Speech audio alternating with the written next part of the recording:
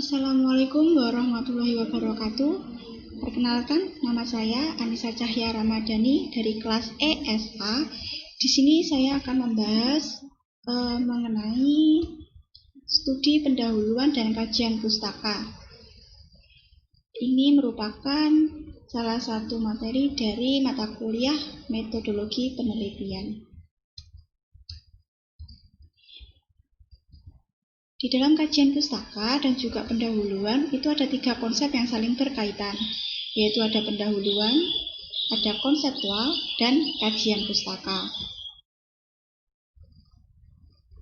Yang pertama kita akan membahas tentang pendahuluan. Apa sih itu pendahuluan? Pendahuluan itu adalah bab pertama dari karya tulis yang berisi jawaban apa dan mengapa penelitian itu perlu dilakukan. Jadi, bagian ini memberikan gambaran mengenai topik penelitian yang hendak disajikan. Jadi, pendahuluan ini berisi topik, tema apa yang akan diteliti. Di bagian pendahuluan itu ada latar belakang. Latar belakang itu seperti alasan mengapa sang peneliti ini mengambil topik, misalkan topik radikalisme Islam. Seperti itu, alasannya apa. Terus yang kedua ada rumusan masalah. Jadi rumusan masalah itu kumpulan-kumpulan pertanyaan yang akan dibahas di dalam penelitian. Yang ketiga ada batasan masalah, tujuan penelitian. Tujuan penelitian ini biasanya untuk memecahkan masalah. Terus ada hipotesis. Hipotesis itu adalah jawaban sementara dari rumusan masalah. Dan juga ada manfaat penelitian. Manfaat penelitian itu bisa manfaat untuk si peneliti sendiri maupun masyarakat. Yang kedua, konsep selanjutnya yaitu kerangka konseptual. Kerangka konseptual yaitu kerangka pikir mengenai hubungan antar variabel-variabel yang terlibat dalam penelitian. Atau bisa disebut dengan kerangka pikir mengenai hubungan antar konsep dengan konsep lainnya dari masalah yang diteliti. Jadi, kerangka konseptual itu berisi variabel-variabel atau konsep-konsep yang saling berkaitan atau berhubungan. Di sini ada tahapan untuk menyusun kerangka konseptual. Yang pertama yaitu identifikasi teori ilmiah. Jadi yang pertama harus mengidentifikasi teori-teori ilmiah yang akan dipergunakan dalam analisis. Yang kedua, mengulas penelitian yang relevan. Yang ketiga, menyusun kerangka berpikir. Di sini menyusun kerangka berpikir itu dalam pemecahan penelitian dan juga pengajuan hipotesis sesuai dengan proporsi. Yang terakhir yaitu perumusan hipotesis, yaitu perumusan jawaban sementara dari rumusan masalah tadi. Selanjutnya yaitu konsep. Ini contoh kerangka konseptual. Saya ambil contoh judul kualitas produk batik. Yang saya teliti yaitu pengaruh harga kualitas produk dan promosi terhadap pembelian batik. Jadi bisa disimpulkan bahwa penelitian saya ini akan mengarah pada daya minat beli konsumen terhadap produk batik. Seperti itu.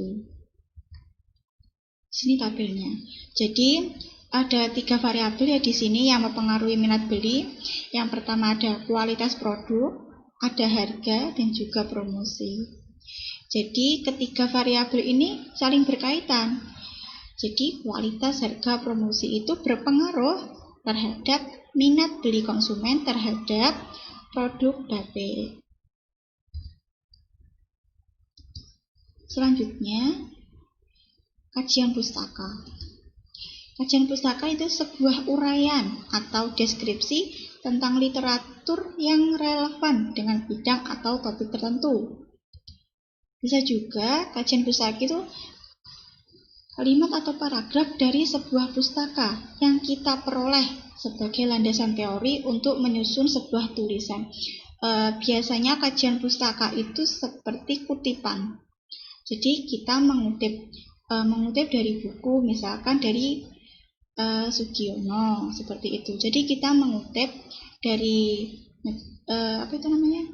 skripsi juga bisa, dari tesis juga bisa, dari buku juga bisa.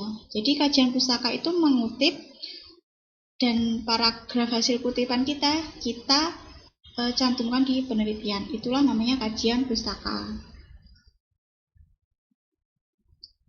Selanjutnya, manfaat kajian pustaka. Yang pertama yaitu menguraikan variabel.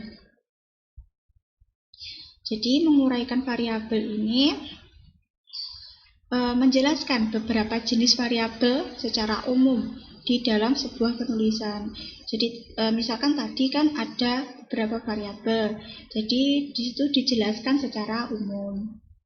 Terus yang kedua yaitu memberikan batasan.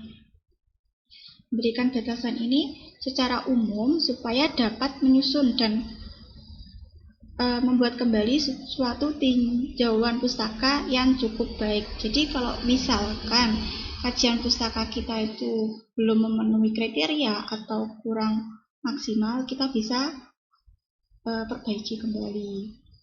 Jadi kita harus punya batasan dalam menyusun kajian pustaka. Yang ketiga yaitu mempercepat proses analisis data. Di dalam hal ini kan cukup baik dilakukan untuk menggunakan metode penelitian yang kualitatif atau kuantitatif. Jadi kalau misalkan kajian pustakanya itu jelas, jadi kan kita bisa mempercepat analisis datanya seperti itu. Terus meningkatkan kepercayaan. Dengan diadakannya bagian dari tinjauan pustaka, maka nantinya akan dapat membuat meningkatkan rasa kepercayaan pada semua para pembaca. Jadi misalkan tadi kan saya ambil judul radikalisme misalkan. Nah, untuk meningkatkan kepercayaan pembaca, jadi saya tampilkan kajian pustaka. Saya kutip dari buku Sugiono, misalkan seperti itu. Itulah hal seperti itulah bisa meningkatkan kepercayaan pembaca terhadap hasil penelitian kita. Di sini ada contoh kajian pustaka.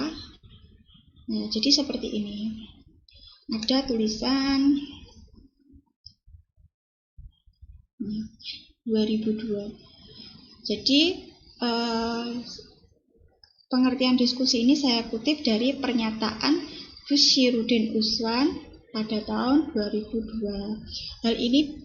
Hal inilah meningkatkan kepercayaan pembaca seperti itu. Jadi